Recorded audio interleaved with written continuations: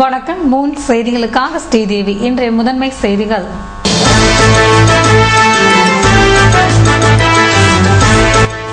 புதுவையில் பெய்து வரும் தொடர் மழையால் தாழ்வான பகுதி மக்கள் பரிதவிப்பு.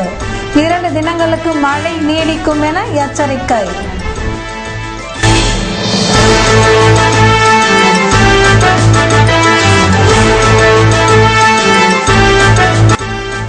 வானரப்பேட்டையில் டெங்கு காய்ச்சல் பாதிப்பு. நோய் பாதிப்பை தடுக்க சுகாதாரத்துறையினர் நடவடிக்கை.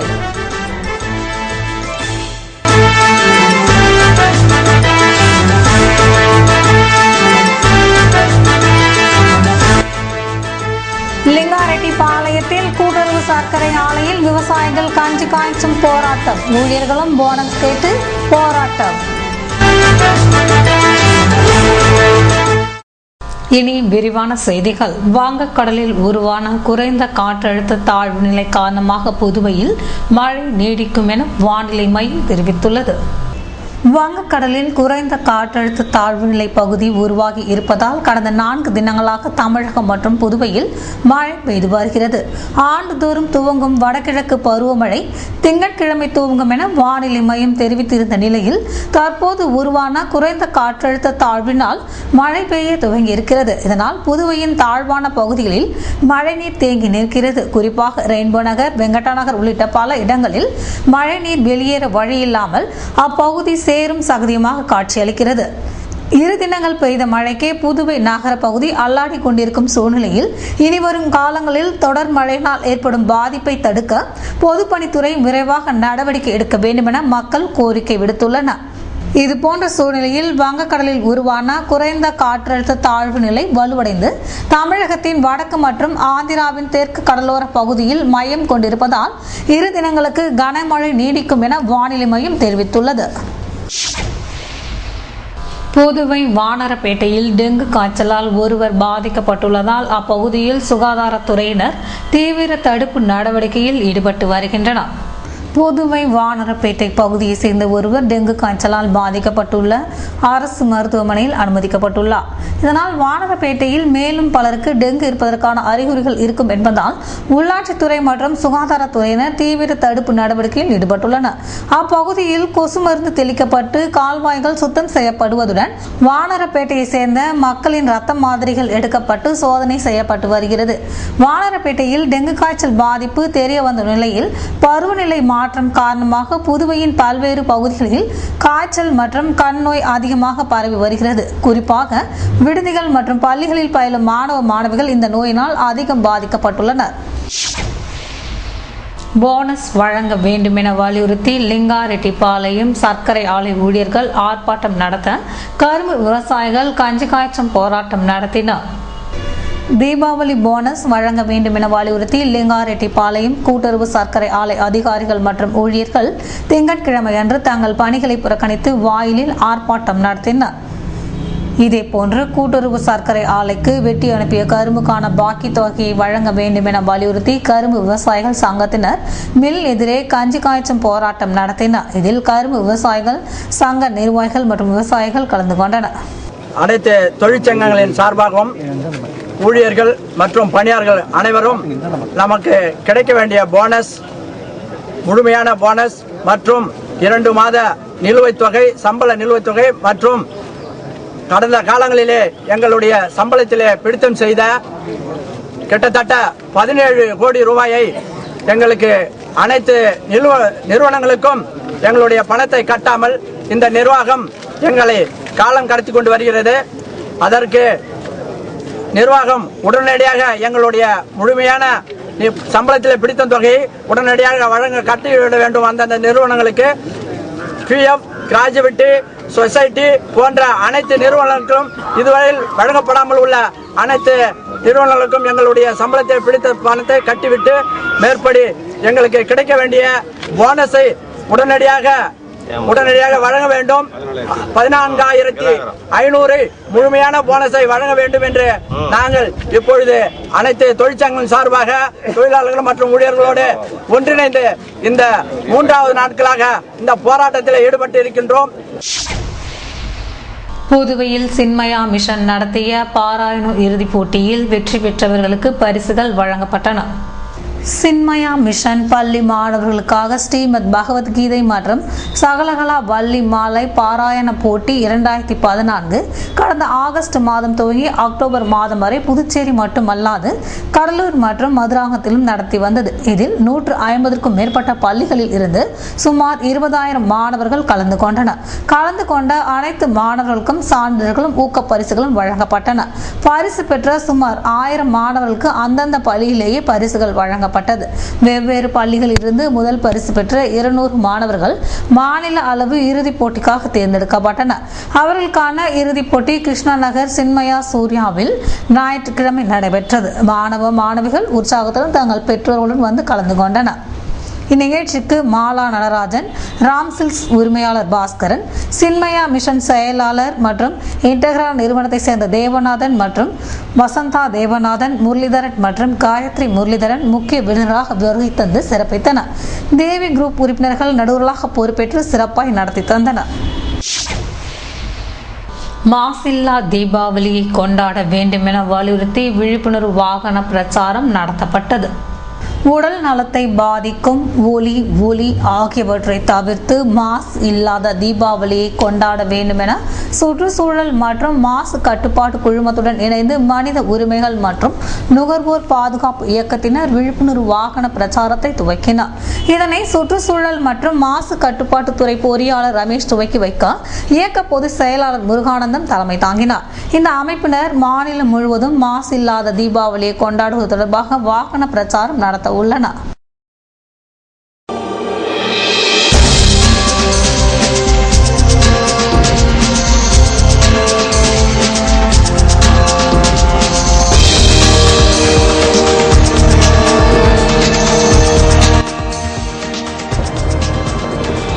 புதுவை கூட்டுறவு வங்கியில் இலவச கண் மற்றும் பல் பரிசோதனை முகாம், அதிகாரிகள் ஊழியர்கள் பங்கேற்பு.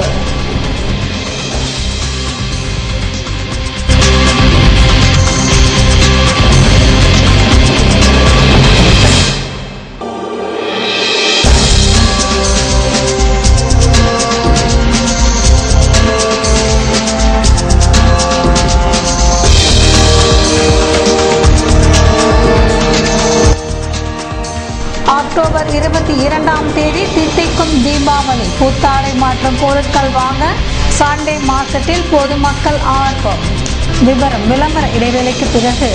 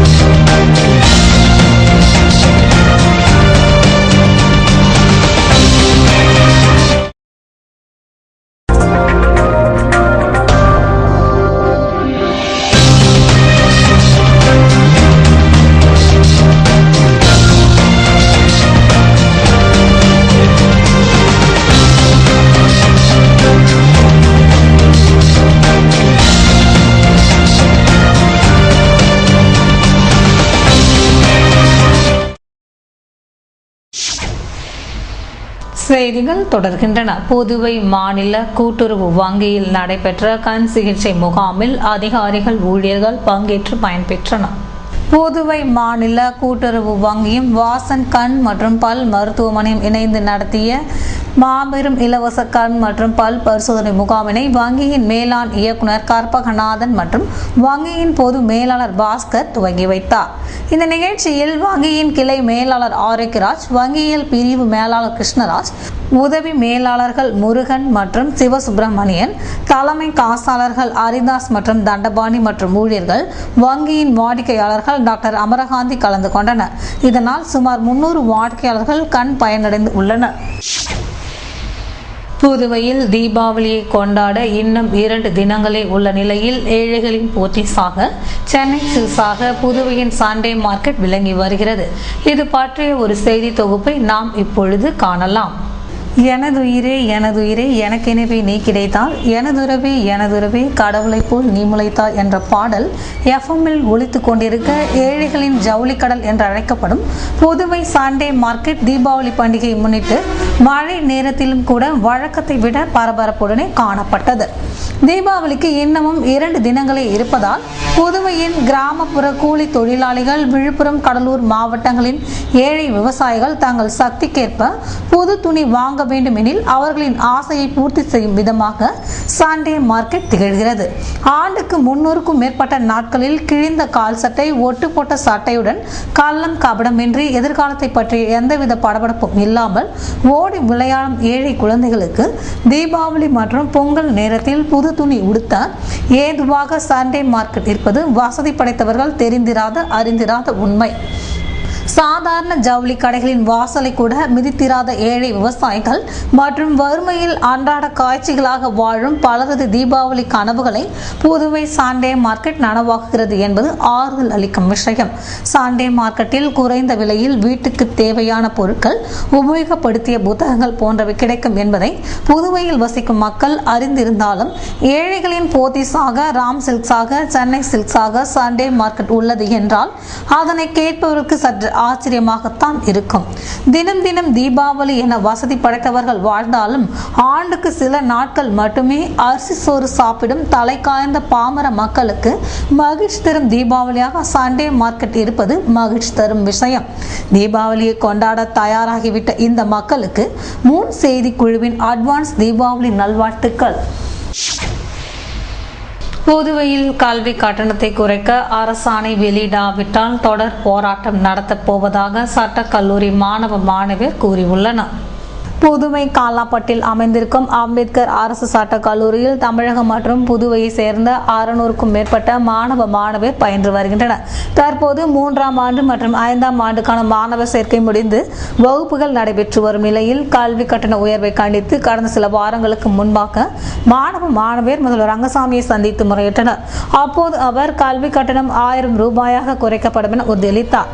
ஆனால் கல்வி கட்டண குறைப்பு தொடர்பாக அரசாணை வெளியிடப்படவில்லை என்பதால் சட்டக்கல்லூரியில் பழைய கட்டணமே வசூலிக்கப்பட்டு வந்தது. இதனால் அதிர்ச்சி அடைந்த மாணவ மாணவியர் இது தொடர்பாக கல்லூரி முதல்வரிடம் முறையிட்ட மாணவர்கள் கல்வி கட்டணம் தொடர்பாக விளக்கம் கேட்டனர். அதற்கு அவர் அரசிடம் இருந்து ஆணை வரவில்லை என்பதால் தான் பழைய கட்டணம் வசூலிக்கப்படுவதாக கூறப்படுகிறது. இதனால் ஆவேசமடைந்த மாணவ மாணவிகள் செவ்வாய்க்கிழமை அன்று சட்டசபையை முற்றுகையிட்டு ஆர்ப்பாட்டத்தில் ஈடுபட்டனர். இந்நிலையில் கல்வி கட்டணத்தை குறைக்க அரசாணை வெளியிடாவிட்டால் தொடர் போராட்டம் நடத்தப் போவதாக சட்டக்கல்லூரி மாணவ மாணவியர் கூறியுள்ளனர். பெப்டிக் தினக்கூலி ஊழியர்களின் நடவடிக்கையை கண்டித்து அதிகாரிகள் உள்ளிருப்பு போராட்டத்தில் ஈடுபட்டனர். பெப்டிக் நிரந்தர ஊழியர்களுக்கு 120 அதிகாரிகளுக்கு தீபாவளி போனஸை சட்டசபை வளாகத்தில் முதல்வர் வழங்கினார். இதில் தினக்கூலி ஊழியர்கள் 90 பேர் 9 மாதங்கள் வேலை செய்திருக்கின்ற அவர்களுக்கு தீபாவளி போனஸாக 8250 முதல்வர் வழங்கினார். இதில் தினக்கூலி ஊழியர்கள் தங்களுக்கும் நிரந்தர ஊழியர்களுக்கு வழங்குவதை போல வழங்க வேண்டும் என்றதால் அதிகாரிகளுக்கும் தினக்கூலி ஊழியர்களுக்கும் முதல்வர் முன்பு தள்ளுமுள்ளு ஏற்பட்டது. இதனை கண்டித்து இன்று பெப்டிக் அதிகாரிகள் உள்ளிருப்பு போராட்டம் செய்கின்றனர்.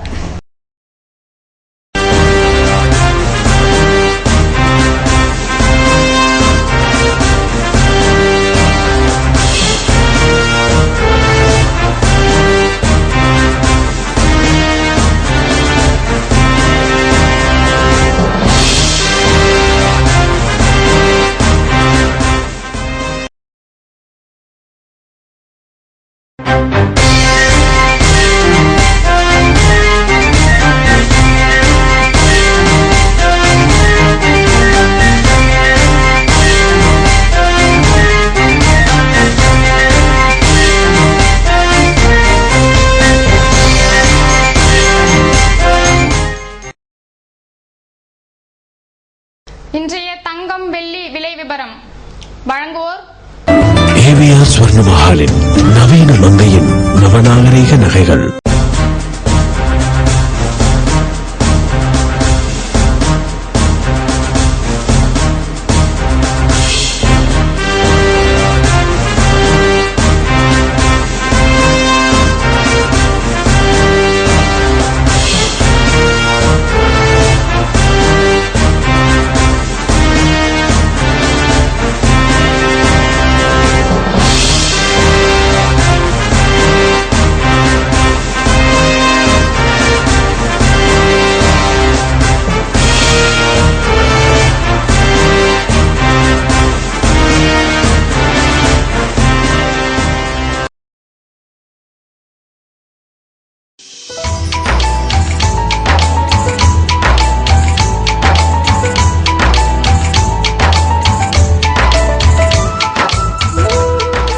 புதுவையில் இன்றைய வெப்பநிலை அதிகபட்சமாக 29 டிகிரி செல்சியஸாக பதிவானது.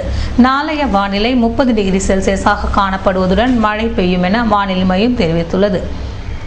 புதுவை கடற்கரையிலிருந்து சுமார் 50 கிலோமீட்டர் தூரம் வரை இன்று 3 அடியாக காணப்பட்ட கடல் உயரம் நாளை 2 அடியாக காணப்படும் என்றும், தென்மேற்கு திசையிலிருந்து 21 கிலோமீட்டர் வேகத்தில் காற்று வீசும் என்று சென்னை வானிலை மையம் தெரிவித்துள்ளது.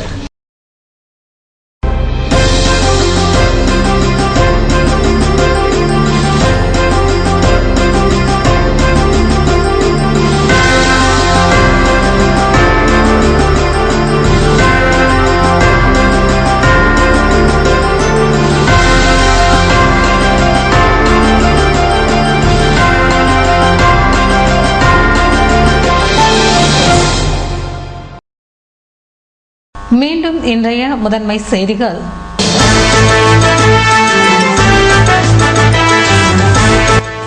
புதுவையில் பெய்து வரும் தொடர் மழையால் தாழ்வான பகுதி மக்கள் பரிதவிப்பு.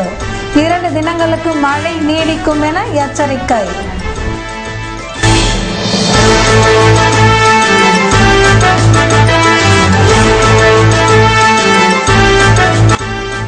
வானரப்பேட்டையில் டெங்கு காய்ச்சல் பாதிப்பு. நோய் பாதிப்பை தடுக்க சுகாதாரத்துறையினர் நடவடிக்கை.